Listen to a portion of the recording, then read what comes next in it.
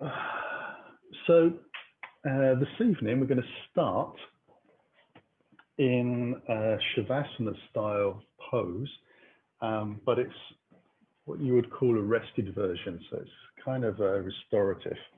So I'm going to use the bolster for this and just place that underneath the back of my knees.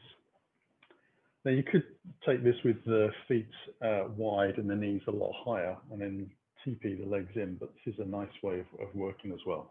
And if you like to take Shavasana with a cushion behind your head or something like that, that's fine. And just allow yourself to let the spine unravel itself. So you need to kind of wriggle the shoulders out, wriggle the hips out, get the legs to kind of lengthen out a little bit, and then just flop the hands down by the side of your body.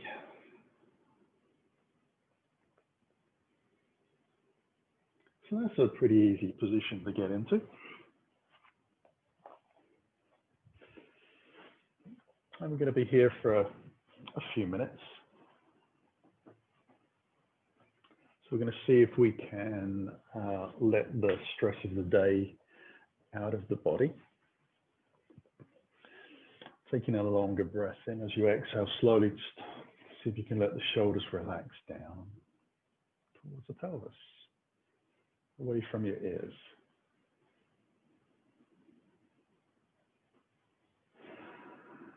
As you exhale, see if you can let the muscles across your belly relax and soften. And then on the next exhale, see if you can do the same, but for the muscles into the lower back. So maybe that rounded arch in the spine might just compress a little bit, get a little closer to the floor. You might require to kind of wriggle out a little bit more after doing so. Let's see if we can settle that breath. So the breath coming in, allow yourself to count. Take yourself to about 90% of what you can draw a breath in for. And then exhale for a similar number going out. Again, just not quite expelling all the air. Give yourself a little bit of space, I guess, in the breath to work with so that it's easy to work with, keeping it rhythmically smooth and soft.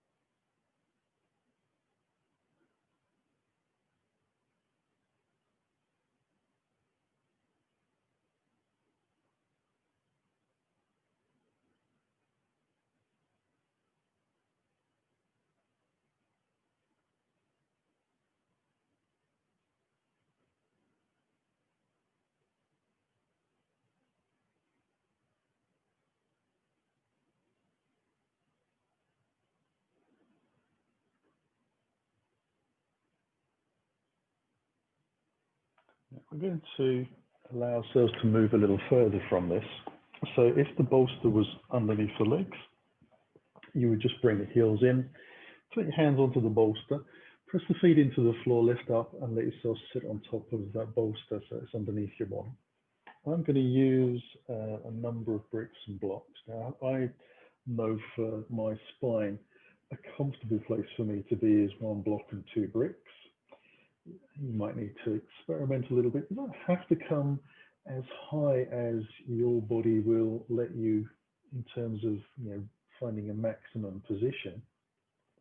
It just needs to be elevated. So as long as you've got more than 1 inch of your bum off the ground, then you're fine. Now in this pose, this bridge version, I take the feet nice and wide. So I'm using more or less the whole of the mat. My feet are more or less underneath my knees, and my heels are. Some people like to let the toes turn out a little bit. That's fine, not a problem.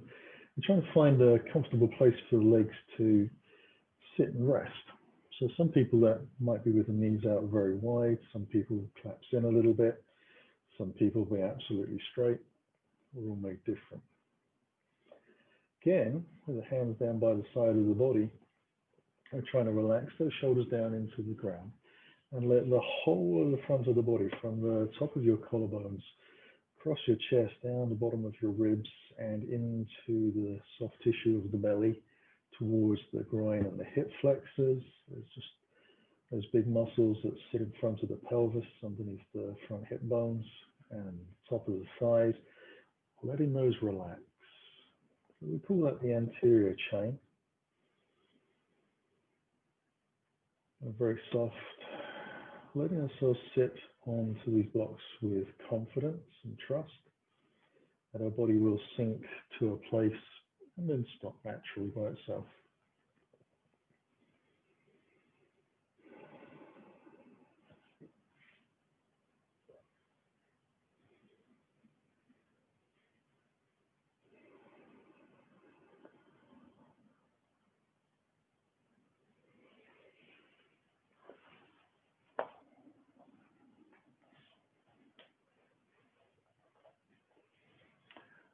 Now, whilst we're in this position with the hands down by the side of the body, some people like to take the hands up towards the sky and then drop the hands back. It sort of opens the chest out and the shoulders in a different way. But when you do that, you want to make sure that the back of the arm, the elbow and the forearm and the wrists are actually attached to the floor. So if you've got a bit of a dodgy shoulder, you're going to need to take the hands out quite wide, and you could be more into that sort of Y shape, letting the shoulders relax down. I'm going to try to keep the neck very soft if you've chosen to move the hands towards the back of the mat.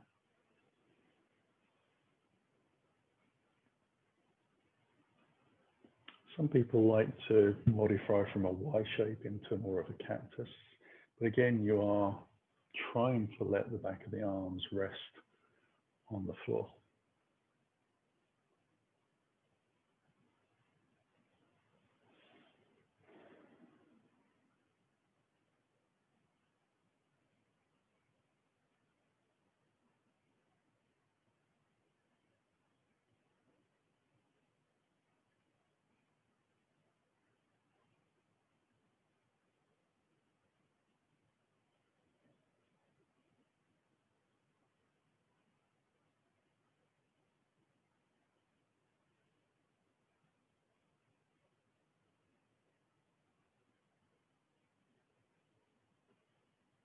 Now we're going to take a deeper breath in to lift ourselves out of this pose. We want to press the feet down into the floor and bring the hands back alongside the body, so palms down, to just lift those hips a tiny bit higher, and then draw out either blocks, cushions, books or bolsters, whatever it is you've used, from underneath. And then take a nice breath in. On the exhale, you're going to slowly unwind the spine down to the floor. So you try to lay each vertebrae down to the ground individually. This might require you to take several breaths in and out. The floor will feel deceptively a lot lower than you remember it being. It seems to go on forever. You're thinking, blimey, I must be getting there soon. Eventually the tailbone and the lower back sink into the floor. That's good. Now once you've arrived, we're going to take a little breath and just roll gently onto the right side. Use the hands to press into the floor as we exhale to lift ourselves up. And we're going to take a pose called butterfly pose, which you can do with a block or a cushion or a rolled blanket underneath the bottom. We're just going to bring the soles of the feet together and let the knees hang out wide, and then just adjust the flesh a little bit on the cheeks and bring the hands onto the shins. And rather than thinking of this as a forward fold, this is just a rounding of the spine. So there's a couple of things you want to do. First of all, we'll let the chin drop in towards the chest. Second thing is we'll let the pelvis tilt backwards. So we start to compress the diaphragm. And then we're going to let the shoulders sink down towards the floor so we get even rounder into the pose. We'll find a natural place to stop. And then just see if we can breathe. Which won't be the easiest thing in the world.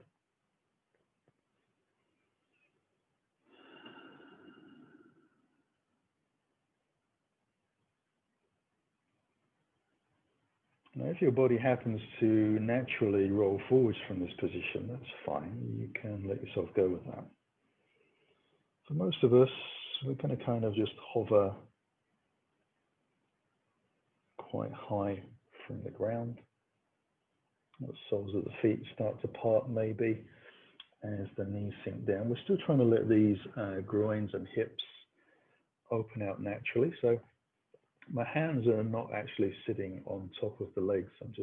My hands are on top of the feet or on the floor in front. So you're not bearing any weight into the thighs. And seeing how the back feels to be stretched into this very rounded position.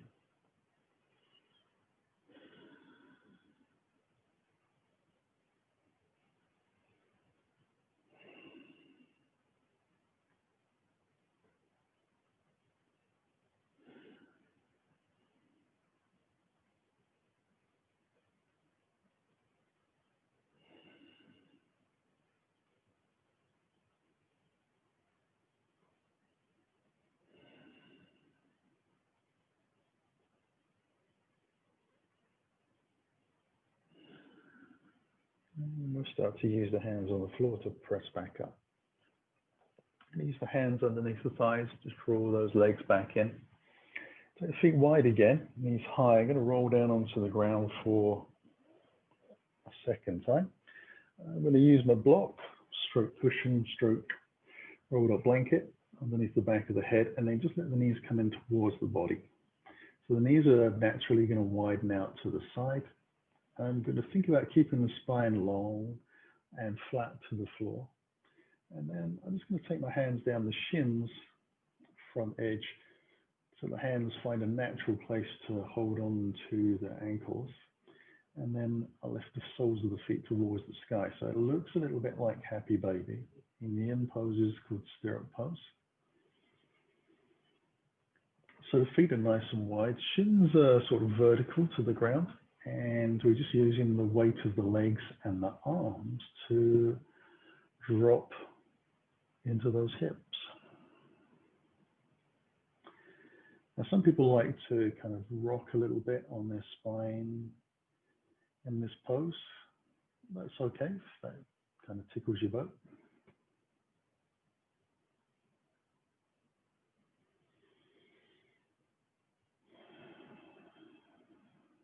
And rather than pulling or trying to get to a particular place, we're just seeing how the legs feel about opening up.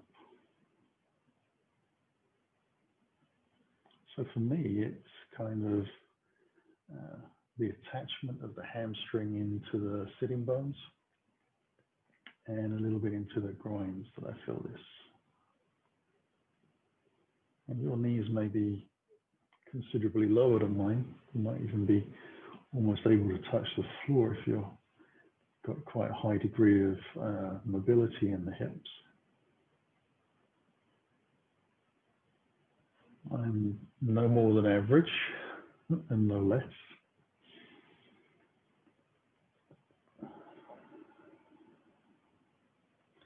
And there is a little bit of a difference in the design of the hips from male to female as well. So that counts for a little bit of a difference.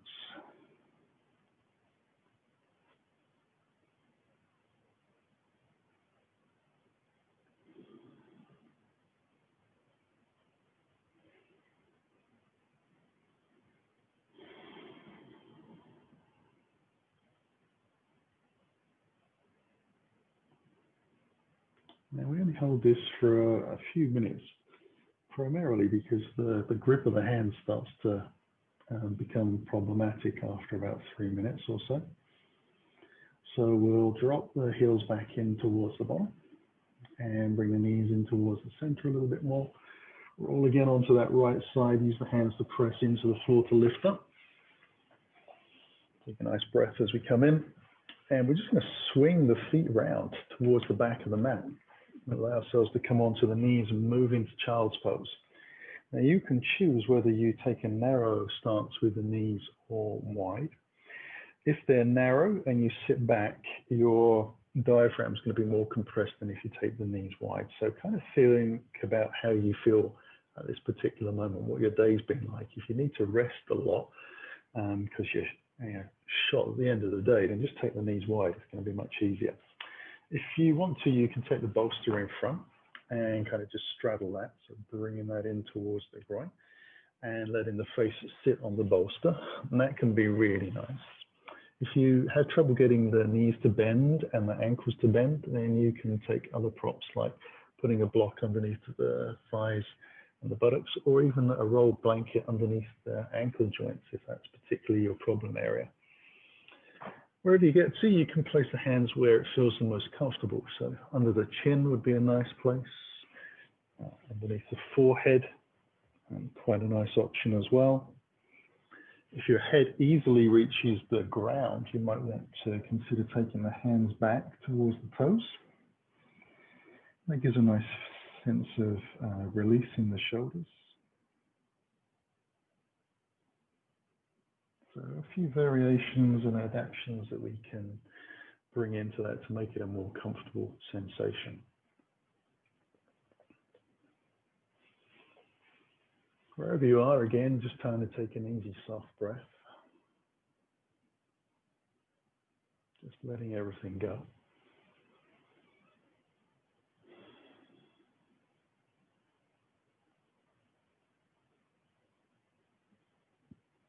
We'll be here for about another minute.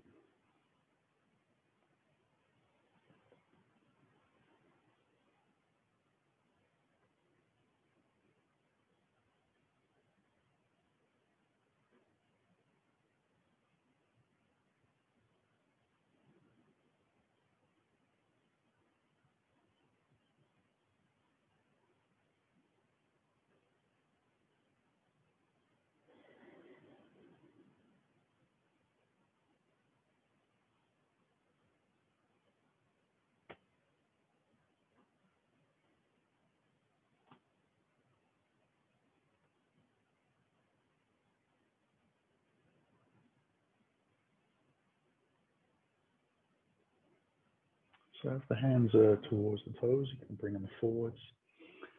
Take a breath, press into the hands, and as you exhale, just lift yourself up slowly. Now we're going to utilize the whole of the mat, so we're going to come up towards the front edge with the hands. And the knees underneath the hips, but we're going to just draw the knees in towards the center line of the mat. And I'm going to draw my left knee forwards as far as I can. The heel is underneath the buttock, toes pointing backwards, and then I'm going to sit down onto that heel.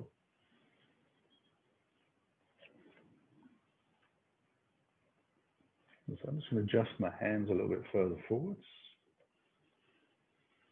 I'm going to try and let the shoulders relax a little bit so the chest kind of sinks. The belly is very relaxed, and that sinks to the floor as well.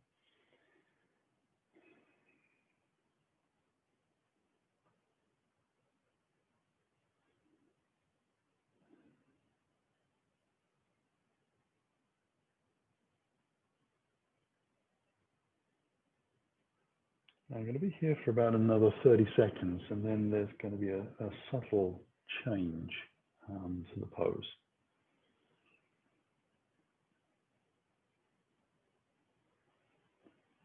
I'm not sure how well the camera will pick it up, but I'll describe it gently as we go through. First thing I'm going to do is take my left hand a little bit further out to the side. And then the next thing I'm going to do is going to roll my buttocks over towards the left side. So I'm kind of rolling onto the side of the knee until my bum actually touches the floor. So the back leg, which did have knee pressing down into the floor, has now sort of come onto a side edge, and I've got a little bit of a stretch going into the hip on the outside of the hip bone, as well as into the groin. And if that feels comfortable, then you can start to take the hands forwards and lie down on top of that thigh. And bring the hands underneath the forehead. You can use any of your props to bring the floor up if you need to.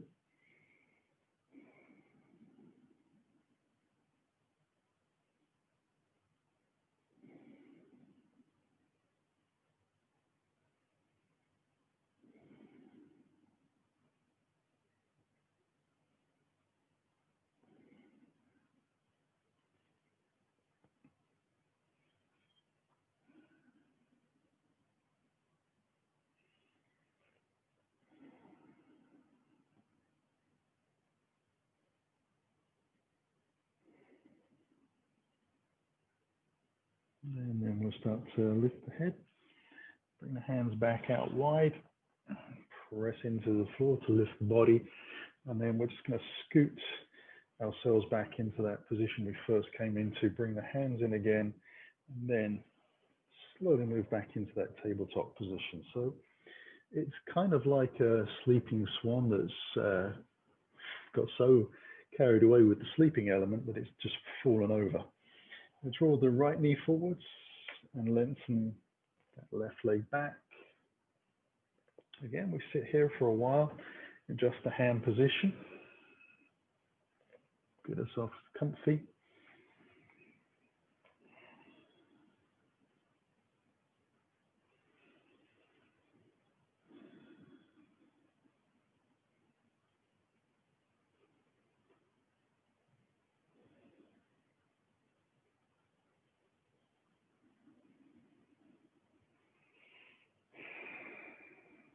Remembering to let those shoulders move around, so if they're tight, just draw them away from the ears a little bit, but let the body kind of generally sink downwards.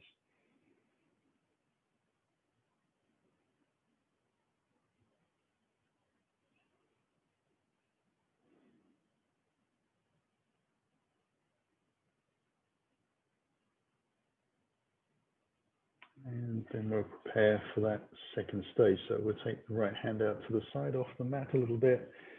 And in a very controlled way, we just slide the right cheek down towards the floor off to the side of the mat.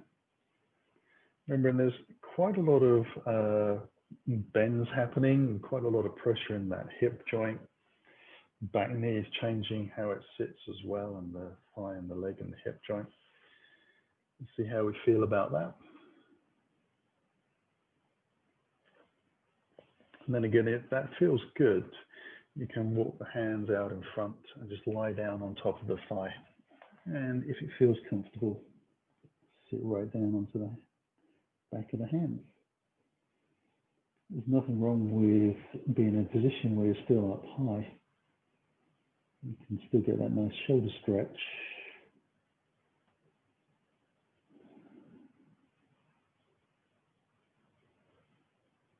For this version, as well as working on the joints and opening them up, it gives us a nice deep stretch into a muscle called the piriformis, which can in itself lead to back tension if it's tight. And it's a bit tricky to stretch out. This is a nice, safe, easy way of performing that stretch. And take the last breath in. Bring the hands back.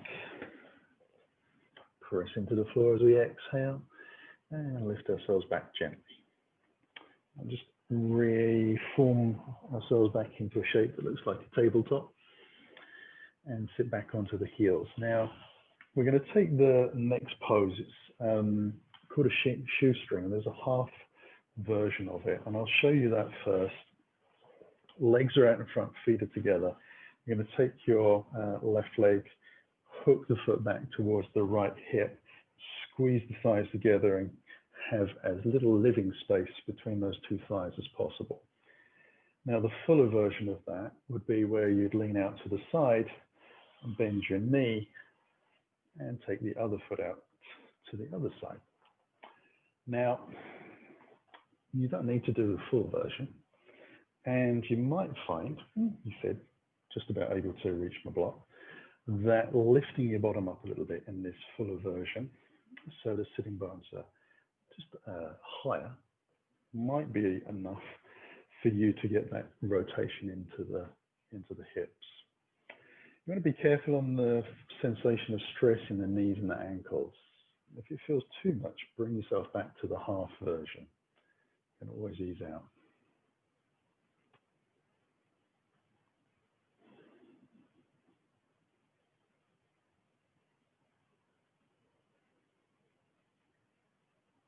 And we won't be sitting in this side too long. We'll have a little bit more time to play on the other side.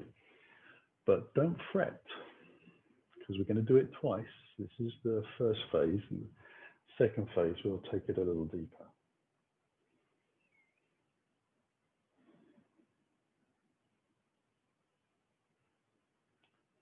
Now, if you are cross-legged in the full version of shoelace, to come out of that, you can press the fingers into the floor, lean forwards, and then just roll on the knees and bring yourself into the tabletop and untangle.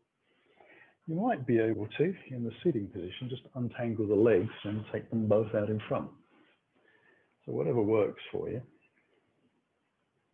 An alternative to getting into the fuller version is from the tabletop, where the knees come together and just slide one knee through, bring it across, allow yourself to take the feet wide and then sit gently back.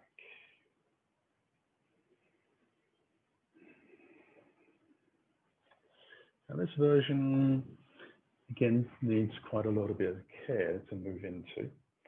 And for some people, their hips might have such significant difference between one side and the other that you can do a full shoelace on one side comfortably, but half shoelace on the opposite side.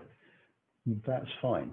You ought to be commended for noticing the differences of how you feel in the poses and starting to accept that you don't need to push yourself. That's something that yoga teachers like to see. It means that the students listening and thinking as well, not just doing.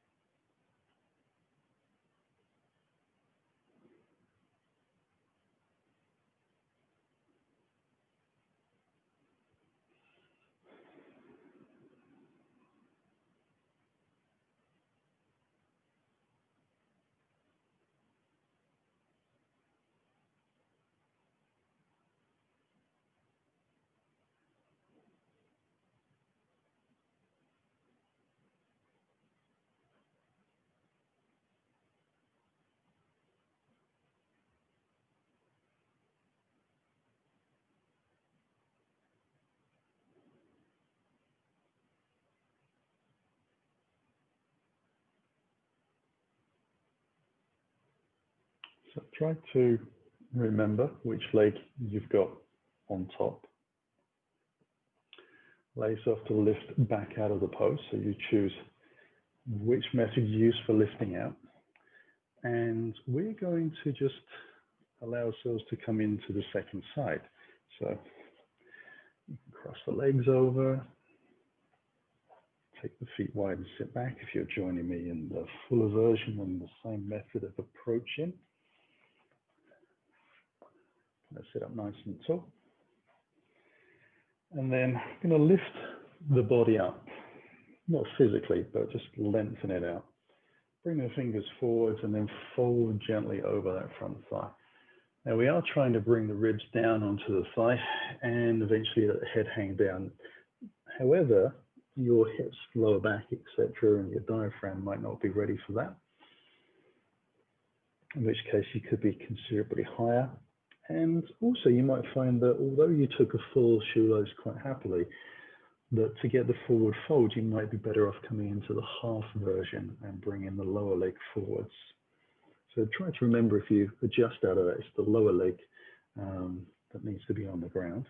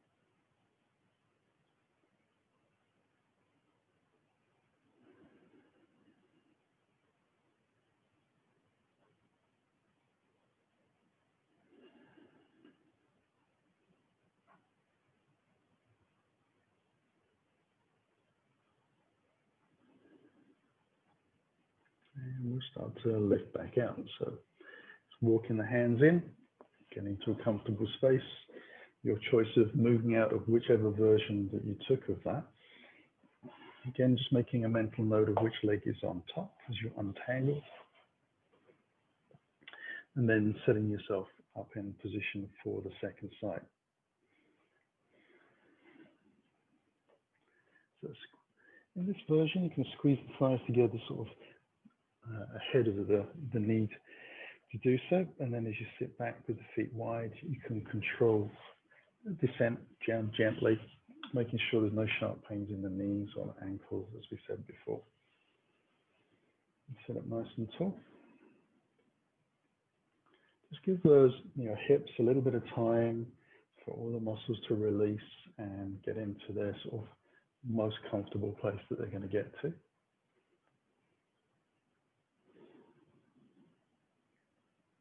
And then we're going to start to think about lifting the body out of the pelvis, upward direction, take the hands forwards and let ourselves fold over. And again, just judging how it feels. You might find that it could be very different between one side and the other on the body. So take your time to come down. There's nothing wrong with getting to a point and going, yeah, I think that's a little bit more than I needed, and lifting back out again. Sometimes you might just need to take an even slower approach to come in. Sort of lifting back to drop further down is an interesting technique to take into your practice.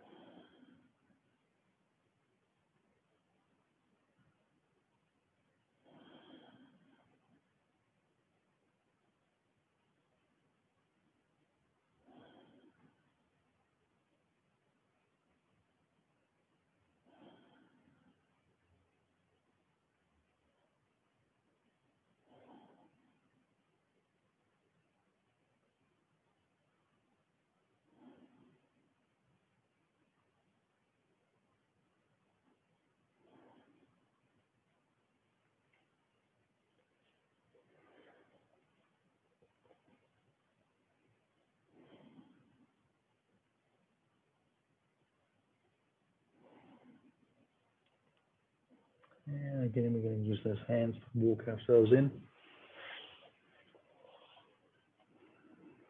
and untangle the legs for the last time. So again, whatever method of retrieving yourself out is needed. And we're going to take a little time for those legs to untangle. The blood supply through the knees and the back of the legs has been a little bit compromised in that position. So it takes a little time for them to come back to life. So whilst that's happening, maybe some little circles of the ankles, painting the toes in the sky, in each direction, so it feels like things have come back to life. And then we'll just move gently off of blocks.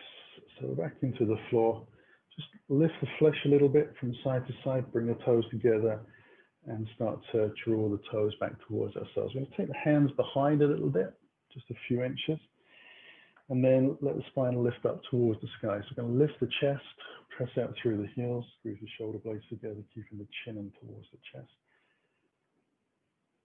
So opening the front of the chest after a lot of work where we've closed down. So working into the spine and the hips, we're able to work a little bit more into the heart in this pose.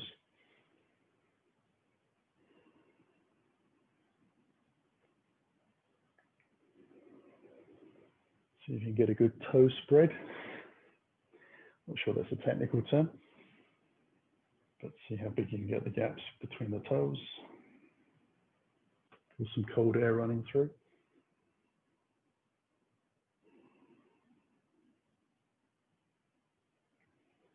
And then we're going to release. So I'm going to draw the feet back in towards the body. So I'm going to simply cross my ankles and roll onto my shins, but Ultimately, however, is the easiest way to get onto all fours.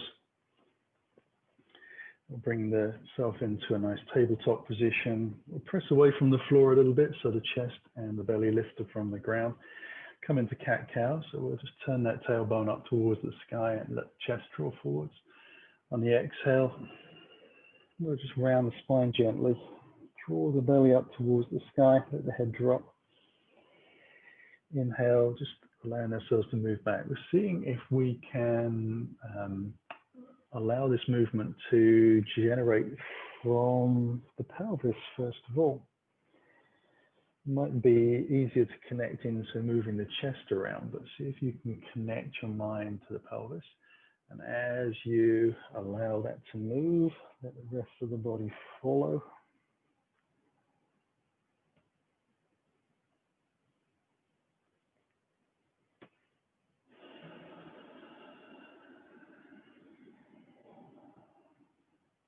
Take another couple of those.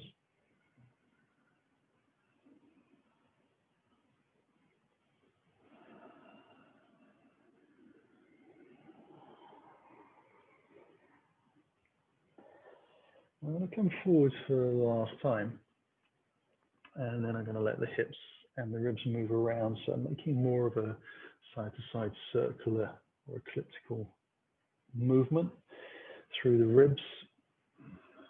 You can let the elbows bend if you wish, not a problem.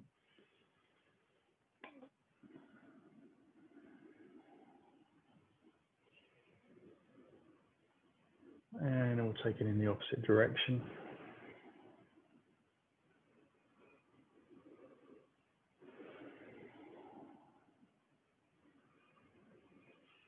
Just a couple of times.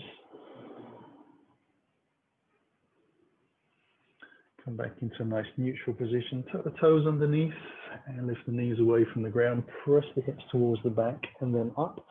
And just step yourself into your down dog. So usually from the tabletop position, most of us are going to need to kind of adapt and move the body around a little bit into a down dog position that feels more optimal for us. If you wish to pedal the legs, that's fine. But as you do so, try to not let the shoulders rock forwards towards the wrist. You still want to be pressing the hips back and upwards in that position.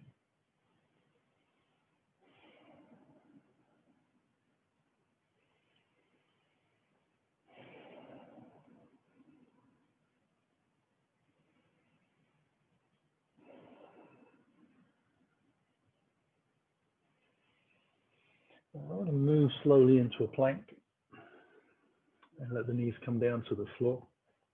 Swinging the feet out to the side, I'm going to sit back onto my block. So a rolled up blanket could be used. I'm going to take Janu Shirshasana. So just lengthening the legs out so the toes and heels touch, drawing the feet back a little bit. I've got a block handy to the side as well. Could be a cushion. I'm going to bring my right heel into the groin. Let the knee down. So if that knee doesn't get down easily to the floor, think of this as a foundational prop, your leg being out to the side. So if it's not touching the ground, you've got a small foundation to work with. I'm going to turn the left thigh in a little bit so that the foot points naturally towards the sky, a little bend into the knee. Hands onto the shins. We're going to lift the body up out of that pelvis and then let it hinge forwards like a falling log. So a log has a long, flat spine. It doesn't bend. And then if you're able to, you can take the hands out towards the toes. Now I'm able to hold onto my foot easily and flex the foot back a little bit, which gives me the chance to draw my shoulders towards the back of the mat and belly in whilst I'm lifting the spine up. If you're not able to reach the feet, then you can do exactly the same by just taking hold of the ankle. Just pull very slightly back. Whether the knee has got a bend in it or not is kind of a personal thing about you and your hamstrings. Whatever position you're being, be careful not to try and drive the knee down. It's a long leg, and we're getting it longer. I'm going to take a last breath there and just release the fingers and walk ourselves back. So we're going to take the feet out again, nice and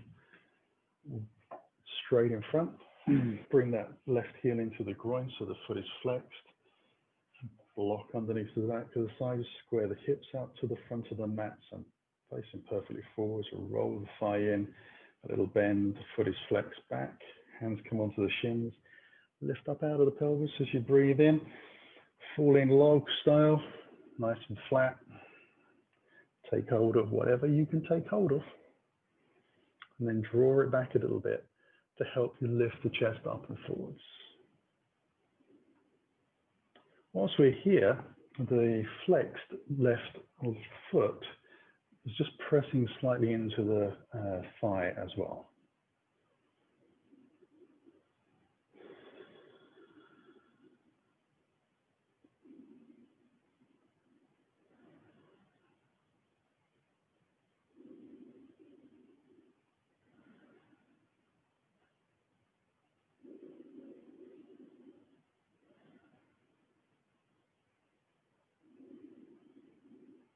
And again, I'm going to release, so just using the hands to walk up. I'll take the legs out again in front, lean back a little bit so I can shake the legs out. And then sitting up nice and tall, I'm going to take my right foot underneath and out towards the left hip. So I'm going to make sure that my right knee is pointing forwards, that's the bent one.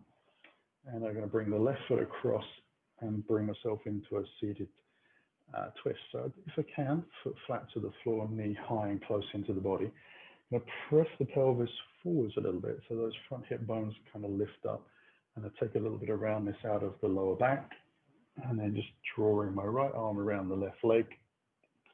Rotate the head gently towards the rear shoulder and see if I can breathe.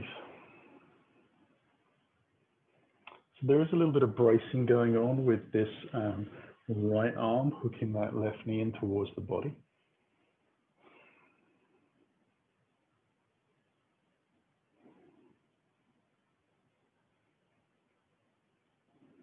And then I'm going to release from here and repeat that to the second side. So just lengthening the legs out. One foot under, square the hips to the front of the mat, so I've got a guide. The foot comes over, take a moment, get yourself settled. Lift that pelvis into neutral so you get the roundness out of your lower back before you start, and then rotate round.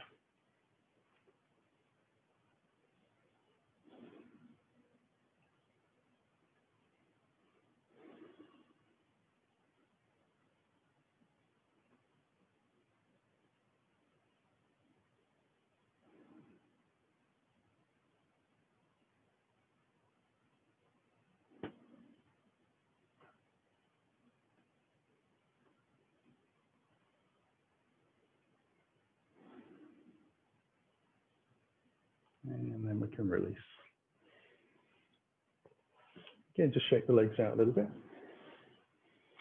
I'm going to cross my legs over and lift myself up onto all fours. Take a little breath. Tuck the toes underneath, lift the knees again away from the floor, slide towards the back of the mat, open the body up, and then I'm going to walk the feet in. So I'm going to come right up onto tippy toes and just take tiny little steps, but keeping the feet about hip distance apart. Just drawing them in, so lifting the hips up to allow myself to move the feet. And then eventually it all gets a little bit too tight. And I bring the feet back down to the floor and walk the feet all the way to the front of the mat. Then once I've arrived, feet are hip distance apart and parallel, bring the hands onto the shins and lift up halfway. Try and take the tailbone to the back and the crown of the head to the front. Fold over the hips and then down to the thighs, letting the head fall. Bring hands onto the shins again, lift up. And back down. Now you're trying to do that slowly enough that you can keep the pressure in the feet similar all the way through. So you're not just simply leaning into the heels and hoping that gravity and law of physics will keep you up. This is about pressing the feet down into the ground with emphasis, drawing the belly in, lengthening the spine. Last time coming down. And this time we'll bend the knees a little bit more. Bring your hands onto the hips, lengthen the chest forward, squeeze the shoulder blades back and lift on the inhale. As you do, take the arms up towards the sky on the breath in. Bring the palms above your head and then in towards your heart. And as your hands come in towards your heart, zigzag the toes together so they touch, a little gap for the heels. And then we'll bend the knees over the toes and sit back into chair. Now you can choose to stay in this version, which is the sort of high version, and nice and easy to keep the chest open. The thighs are going to work fine here. The hamstrings are getting the stretch. The quads, those muscles on the front of the thighs, certainly starting to feel the work. If you want to take a little bit more depth into the pose, generally taking the hands above the shoulders out towards the front allows you to sink down a little bit more when the weight comes out of the toes. So it's your choice. Again, remember that deeper is not necessarily better, unless it's a pile of pasta or lasagna. Then deeper is definitely better.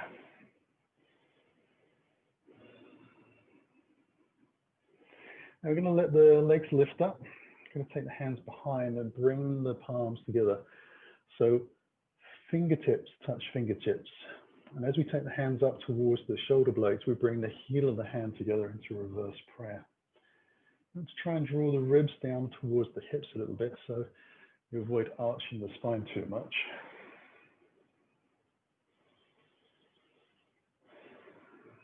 And then see if you can start to ease the elbows more towards the back of the mat. There's more of a release in that direction rather than the push. You're working into what you have available as opposed to drastically trying to find something new.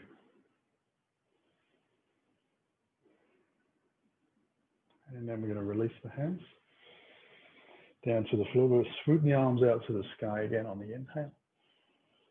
Bring the hands in towards the heart. We're going to exhale down forwards. Now this time, because the feet are together, it will be stronger on the thighs, hamstrings, and lower back. So be careful as you come down. Take a little breath from there. Now, if you can get your fingers to the floor, that's great.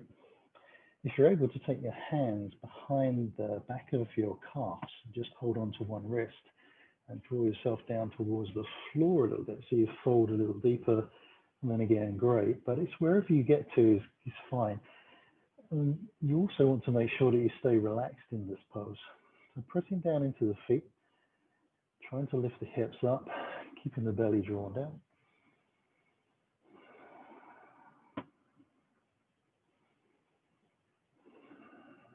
I'll take one more breath in, and then release by bringing the hands under the hips. Soften the knees a little bit, bring ourselves back up.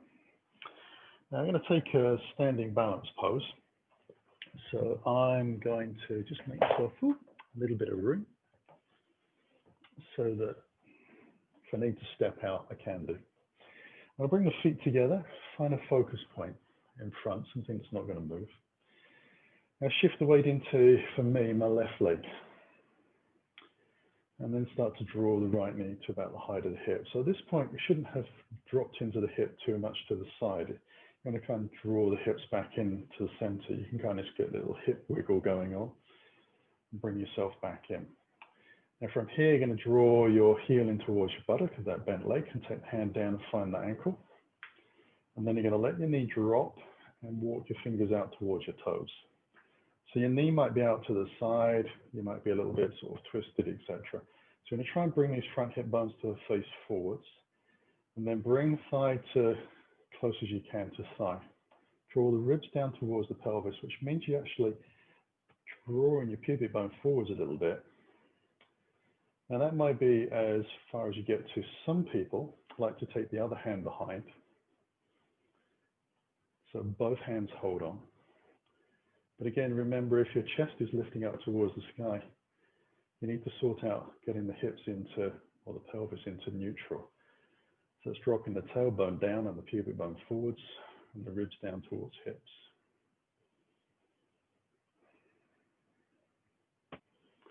Take a last breath. and release. Shake out that leg and the other ankle. And then we'll take it to the second side. So feet come together. We shift the weight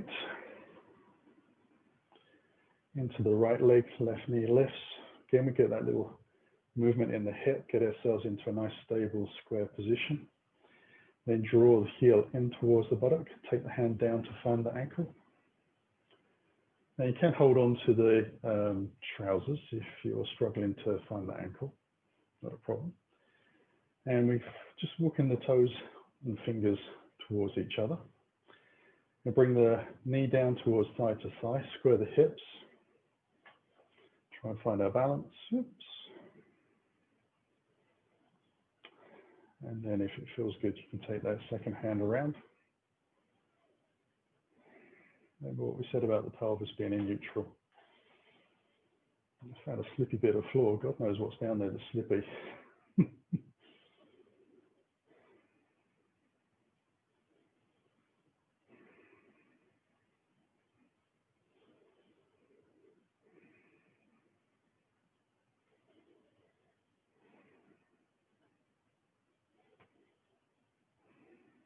And we'll release and shake it out. And let us just come back onto the mat. Towards the front of the mat, feet about hip distance apart. We'll take the hands out wide, inhale. Exhale down to the floor. And we'll take a little breath and let ourselves step back into a down dog. Just a final little stretch towards the sky. And then we'll come into a plank and let the knees come down to the ground. And take the feet out to the side. Take a little breath. And then bringing the feet back in front again. Again, you can put a little blanket or a block underneath the bottom if that feels more comfortable.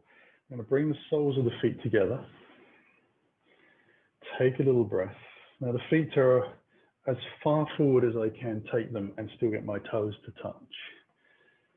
That's a very scientific method. And just allow my flesh to move around a little bit. So I'm going to roll onto one side, use my hands to kind of help move the muscles around a little bit. And going to lift up and fold forwards as far as I can. Now you might want to take the hands around the outside of the feet and have the elbows out to the side. You might be able to take the hands underneath the legs and then just press the toes together and allow yourself to sink down. But we're just, wherever we get to, we're trying to let the hips sink down and get that really long spine. You can wriggle around a little bit to get yourself into a super comfortable place. And then we just breathe and relax. Try and let the shoulders move away from the ears if they kind of got a bit congested moving into the pose.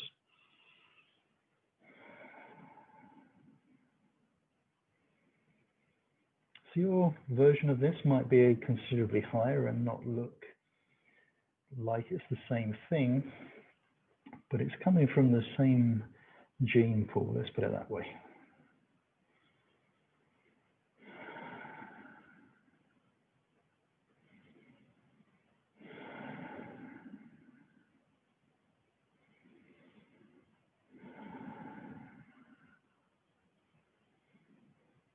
Just a couple more breaths.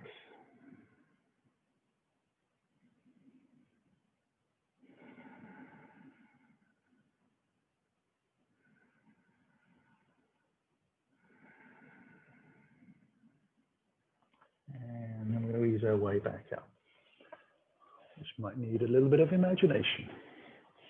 We're going to come into a final resting pose, Shavasana. Now, for me, my bolster is, as I've said before, very old and friendly and a bit squished down. So it's really not much bigger than a rolled up blanket would be. And I'm going to use that to support my spine so I can get a little bit more opening in the chest. You can take your Shavasana as a very vanilla version, just straight on the floor, cushion for the head, hands and arms out to the side and relax that way. Or if your spine feels like it's done a lot of work, those muscles are starting to feel a little bit tired, then keep the feet wide, knees high, just let them TP into the center. So variations to suit how you feel. I'm going to ease myself down again. So even with using this supported version, you want to roll the spine out very carefully. Keep the chin in towards the neck until you're safe, and then let it release. Now I'm going to spend in my position, my feet wide with the knees high and together for about a minute or so. We're going to sit here with the eyes closed. Wriggle that spine out wherever we find ourselves sitting this evening.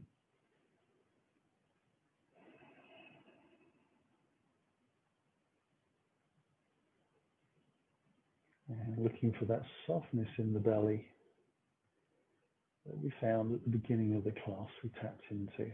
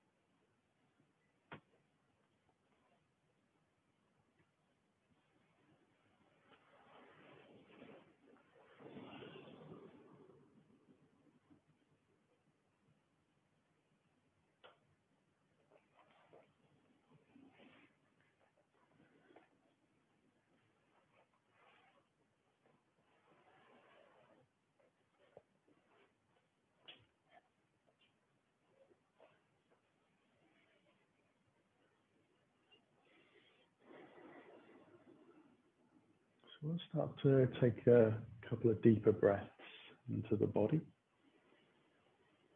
Let the fingers and toes wriggle. Maybe move the wrists and the ankles around a little bit as well.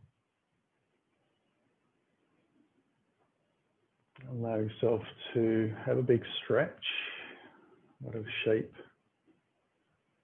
that creates in your body. Is just let itself naturally form. And then bring the knees slowly into the body, one leg at a time. And either give yourself a little bit of hug or just stirring those knees around. So just easing into the hips a little bit, a couple of each ways. And then we can roll gently onto our right side. Just stay in that fetal position, just for a few breaths. Let yourself release down to the floor. Notice how gravity feels so much different in that position. You can start to appreciate how much work your heart does, how clever it is. Use the hands to press into the floor on the exhale to lift yourself back up. And we'll sit up nice and tall in whatever is a comfortable position for you. And we'll bring the hands into prayer, taking a deeper breath in, just closing the eyes for a moment, being grateful for a new year, new opportunities, whatever Boris brings us. And take a breath in. And on the exhale, chin in towards the chest, draw the belly into the spine, let yourself bow to the floor to seal your practice. On the inhale, just letting the spine spring back up with the breath. So the head lifts and the eyes open. Namaste. Thank you for joining me. Happy New Year.